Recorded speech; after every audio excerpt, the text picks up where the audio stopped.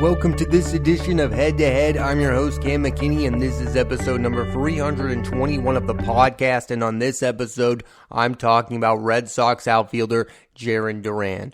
The Boston Red Sox are one of the biggest pleasant surprises of the Major League Baseball season. They are double-digit games above 500. Most believed they would be in last place in the American League East, and one of the biggest reasons they are not is because of the emergence of outfielder Jarren Duran. His 65 runs is most on the team and 6th in the AL. His 117 hits is the third most in the league. His 10 triples are first, and so are his 29 doubles. Duran currently also has 11 home runs to go along with 22 stolen bases, 4th in the American League, and has a real chance to become the first player to have 20 homers, 20 triples, and 20 stolen bases in a single season since Curtis Granderson and Jimmy Rollins both did it in 2007. Look, the stats are great, but what I think is even more interesting with Duran is the energy he brings to the team. He's a spark plug, a type of five-tool player you don't always see anymore. The guy has stolen home twice this season, and I was becoming a fan of his before this year because he reminds me of other players I have been fond of. Sticking with the Red Sox, Jacoby Ellsbury, who to me was the best player on the 2013 World Series winning team, and the other player is former Cleveland outfielder Grady Sizemore, a forgotten figure in baseball, but not by me. He had all the skills to be great, and what those two players have in common is their run of being elite players were cut short due to health, and it makes you wonder how long a player can sustain this playing on fire every inning of every play, and that's the real question right now about Duran. It's not is he good, it's how long is he going to be this good. He's a 28-year-old outfielder having a breakout season, but what is this player going to be in his 30s? The two players that I compared him to, Ellsbury and Sizemore, didn't play a lot of baseball in their 30s. It's not fair to say that's going to be the same fate for Duran, but I can't help but think about it. This feels like a situation where the Red Sox themselves did not think Duran would ever reach this level of play, and the other question is he a franchise piece or a placeholder? And what I mean by that is clearly they view Tristan Casas as part of their long-term plan. But what has happened this season is two players have emerged, Duran and 28-year-old catcher Connor Wong. And now your mind goes, will this team now have to invest in these two players moving forward? How good are these two going to be in the later years of their careers with the Red Sox? It's going to get to a point where Duran is going to demand real money. He made the All-Star game. He's won All-Star MVP. If he continues to play at this pace, the money for him is going to get up there. And if you've been following the Red Sox the last few years, you know they haven't paid anyone real money other than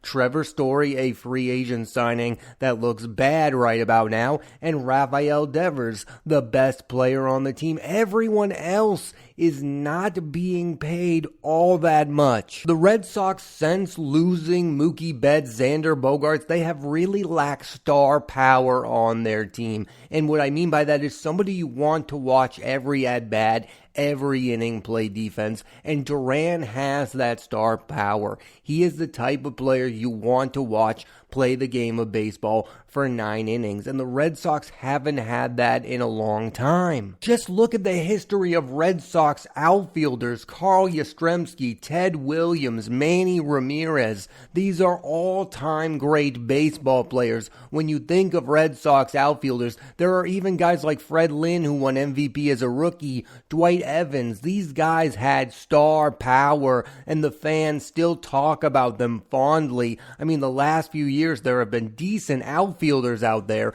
but nobody's talking about Hunter Renfroe like he was a great all-time Red Sox player. And I'm not saying that's going to happen for Jarren Duran, but at least he's an exciting outfielder and has people talking about him. Right now, at this moment, he is a star player. Jarren Duran being this good is one of the biggest reasons many believe the Boston Red Sox should buy during the upcoming trade deadline. And the Red Sox haven't made big trades in recent years, but maybe with new leadership under Craig Breslow, they won't be as precious. But my belief would be. You need to take advantage of this moment where a guy like Duran is playing out of his mind. Honestly, I don't view them as World Series contenders. They're not the Orioles. They're not the Dodgers. They're not up there yet. But if you look at what happened in 2013, the Red Sox were a team full of really good, not great players. Yes, they still had David Ortiz. Maybe Rafael Devers is their version of that.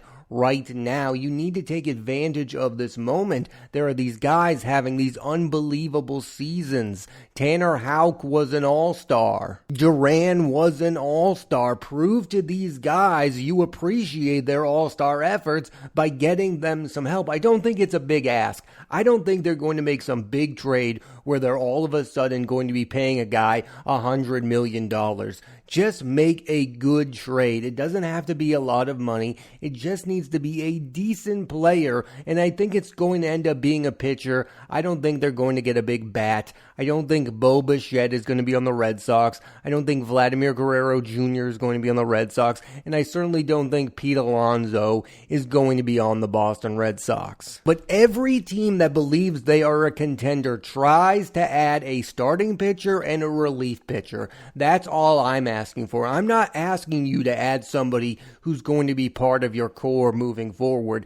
Just add a piece that's going to make this team right now better. The other big storyline around the Boston Red Sox right now is what is going on with their manager, Alex Cora. This is the last year of his contract. He's going to be a free agent. He is not currently right now negotiating with the team. And I think this is a big question moving forward because like him or not, Alex Cora has gotten these young players to play really well. What happens to their Red Sox careers if he goes elsewhere? I mean, that's a big question. Is Jarren Duran going to be the same player if he's managed by another manager? And I know baseball managers aren't the most important things, but this guy is getting all of the credit. People believe Alex Cora should be manager of the year, and it's hard to argue because on paper, the Boston Red Sox are not really special, yet some of their pieces are playing like they are. And the trade deadline has to be connected to Alex Cora's future because if the Red Sox buy during the trade deadline big, and they do bring in a big surprising piece,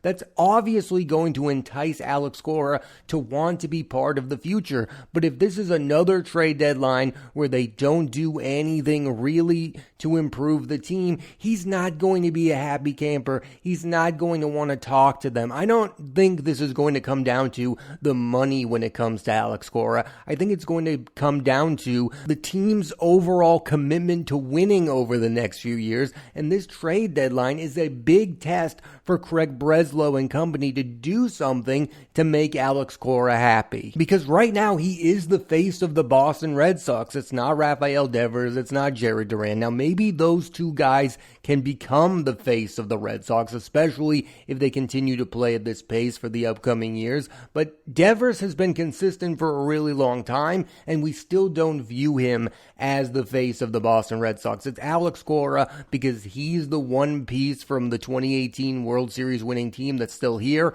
other than Devers, and of course, he gets way more credit for that World Series. And because of that, Red Sox fans are on Alex Cora's side. That's why the team really can't afford to lose Alex Cora, because if he walks out the door, all of this fan interest that's now there for the Red Sox might go away in a second. The Red Sox have been very good on the field this season. I think they need to change the perception of themselves off the field by making a big move during the trade deadline. I mean, during this weekend series with the Dodgers, outfielder Teoscar Hernandez called out the team for not getting a deal done with him during the offseason. And you can't defend the team because he wasn't asking for an insane amount of money, and he's a really good bat that the team could have used. Like, you can't defend the Red Sox these last few years for being a team that has not invested in the product on the field because they refuse to act like a big market team. This is a team that used to sign Hanley Ramirez without questioning anything.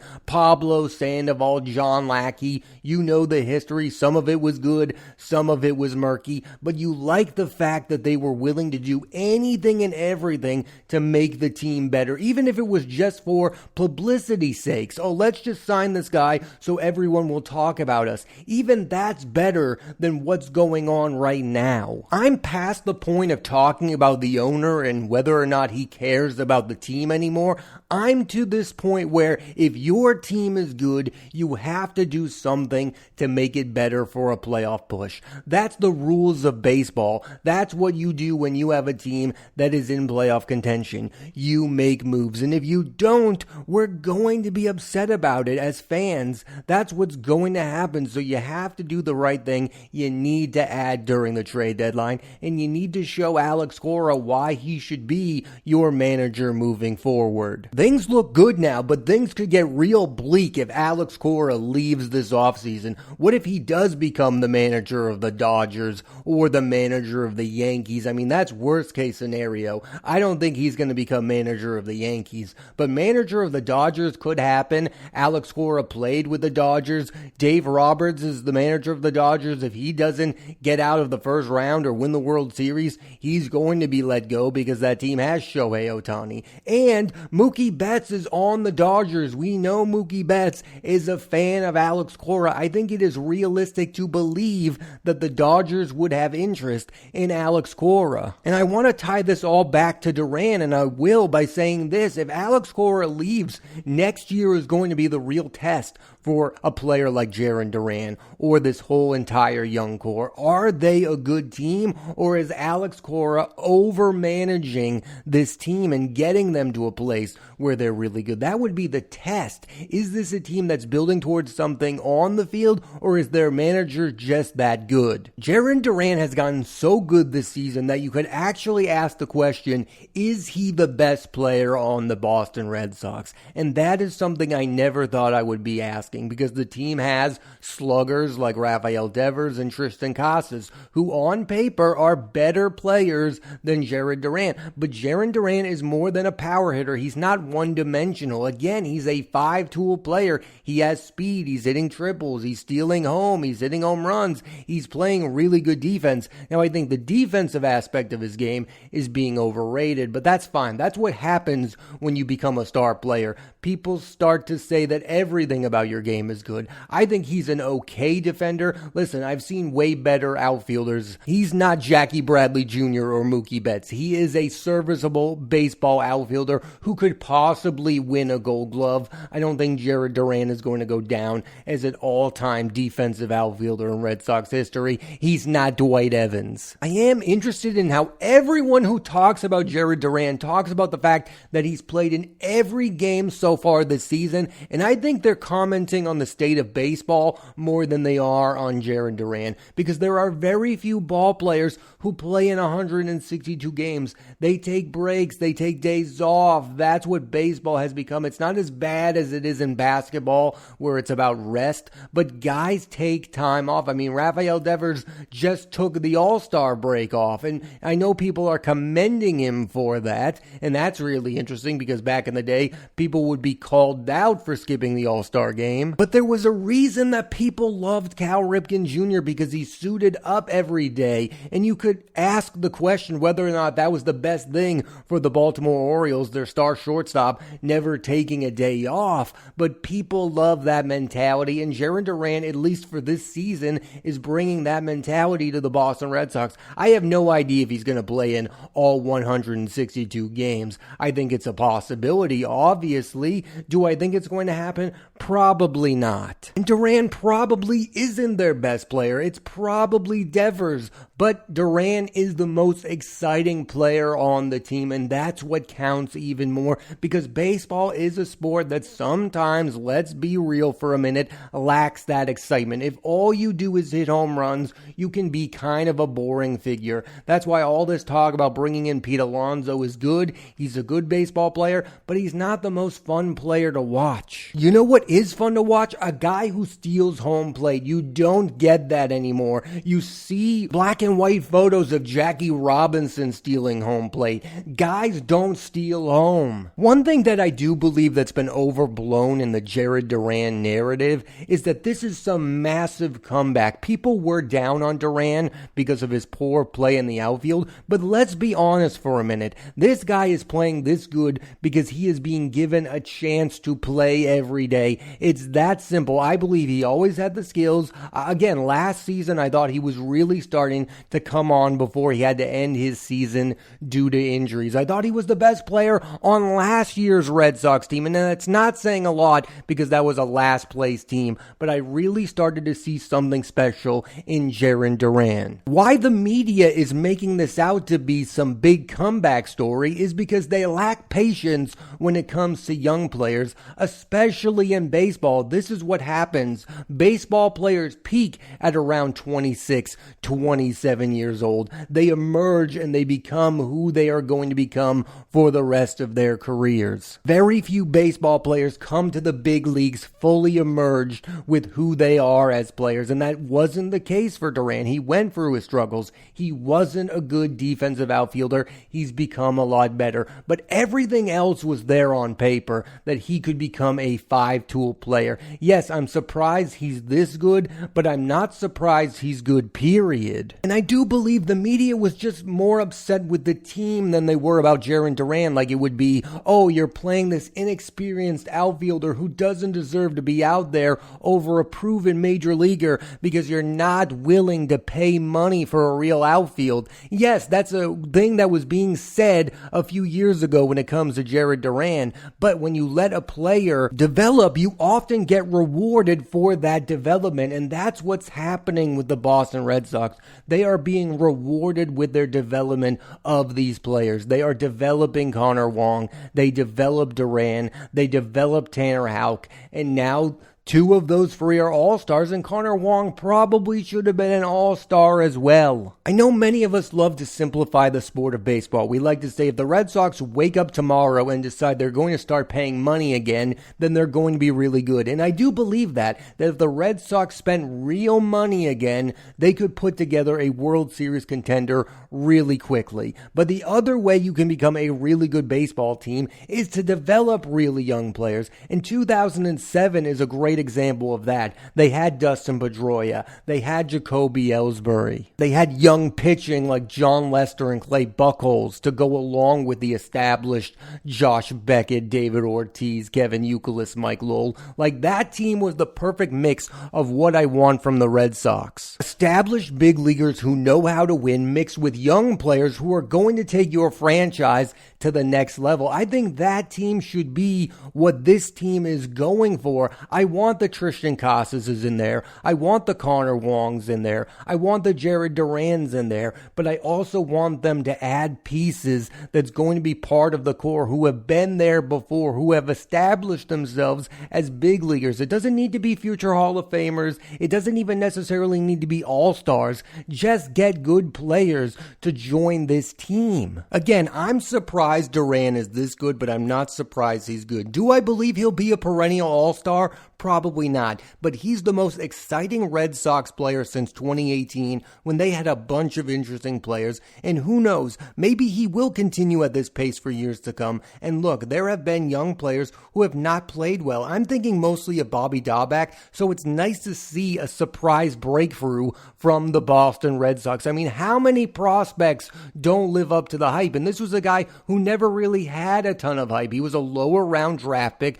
but here he is. He's an all-star. He won All-Star Game MVP. Jarren Duran is one of the best stories in baseball this season, and it comes from a team who people thought there would be no interesting stories from. And I'll end on this. Duran really has the feeling of a guy you want to see play during the postseason. Like, could you imagine if he steals home during a round of the playoffs? I think everyone wants to see this guy on the biggest stage possible because he does seem to elevate his game. Again, during the All-Star game, he hits a home run, he wins the game MVP. This is a guy who wants to be on the spotlight. That's why the Red Sox need to do anything and everything to make it to the playoffs, to take advantage of this moment where Jarren Duran is playing like one of the best players in Major League Baseball. You don't know how long that's going to last. Make that trade, make the investment, make a postseason run, and who knows, maybe you'll end up with another surprise World Series winning title. The trade deadline is a massive one for the Red Sox, but either way,